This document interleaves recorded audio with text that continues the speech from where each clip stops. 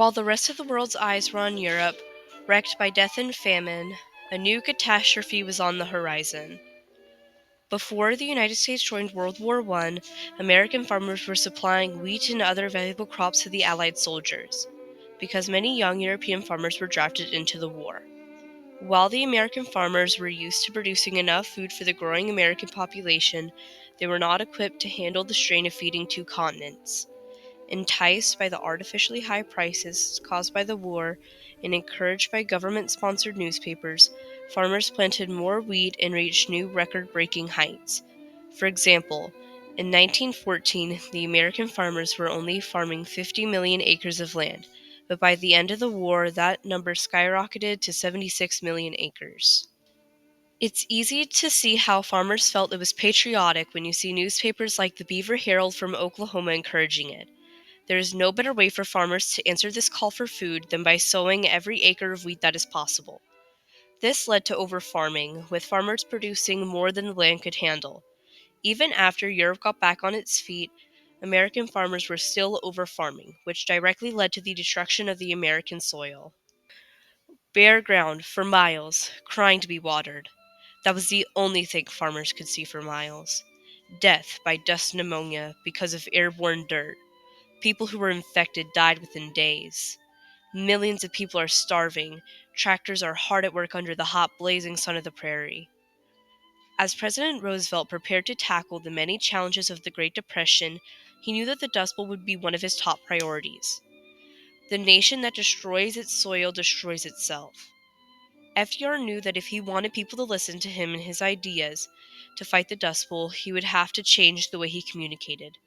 FDR did something no president had done before, and talked directly to the American people through the use of radio.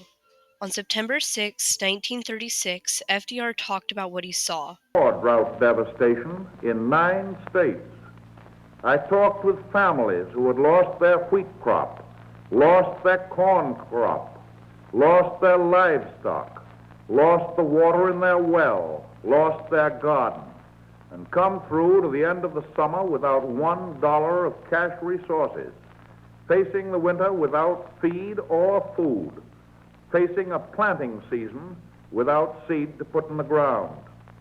That was the extreme case, but there are thousands and thousands of families on Western farms who share the same difficulties. The most successful way FDR combated the Dust Bowl was by signing legislative acts. How legislation turned unstable agricultural practices into a productive future. The Civilian Conservation Corps was one of the most popular New Deal programs. The CCC's mission was to conserve natural resources while providing jobs for the unemployed. One of the projects the CCC took on was to combat soil erosion by planting 100 miles of trees that spanned from Canada to Texas, earning them the nickname Roosevelt's Tree Army. Planting trees helped to stop soil erosion because the roots kept the soil in place. The Resettlement Administration relocated struggling farming families to new farms monitored by the government. After these floundering farms were vacated, much of this land was decimated by the Dust Bowl. The government purchased this worn-out land to rehabilitate it to eventually start farming it again. If that was not obtainable, they turned the land into public parks. Roosevelt passed many laws that were turning points to farmers, but the ones that benefited them the most are the Soil Conservation and the Agricultural Adjustment Act. The Soil Conservation Act's goal was to combat soil erosion and add back the needed nutrients into the soil. Much like the CCC, the Soil Conservation paid farmers to move off of damaged land and to add back the nutrients sucked out of the land due to overfarming.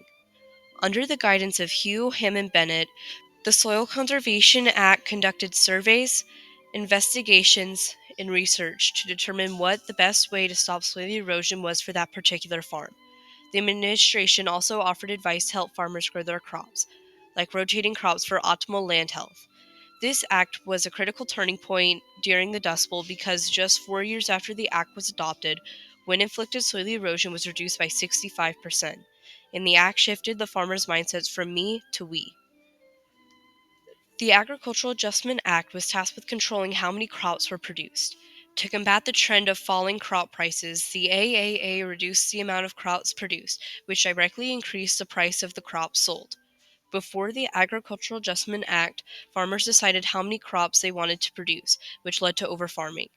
The AAA set a limit of how many crops could be produced per acre without any input from farmers. The AAA gave payments to farmers to stop producing certain crops, dairy production, and hogs. The AAA gave these payments to farmers to stop them from overfarming. The Agricultural Adjustment Act was a turning point because the average farmer's income and the price of crops increased by 30%. For example, in 1932, before the AAA, the price of cotton was only 5.1 cents per pound, but by 1934, the price had increased to over 11 cents per pound. Though many farmers considered the Agricultural Adjustment Act a turning point, the act ended up harming tenant farmers. In almost all cases, the landowners were given the payments to reduce the amount of planting, but many did not distribute the money to their tenant farmers who were doing the farming. Another doubter of the AAA was the American Liberty League, a group of wealthy businessmen. This group argued that the AAA was a trend towards fascist control over agriculture and would mark the end of democracy. Unsustainable agricultural practices were a contributing factor of the Dust Bowl. Legislation and agricultural acts reversed many of those damages and were a turning point towards a productive future. Although the AAA increased farmers' income up to 30%, Congress ruled the AAA unconstitutional in 1936.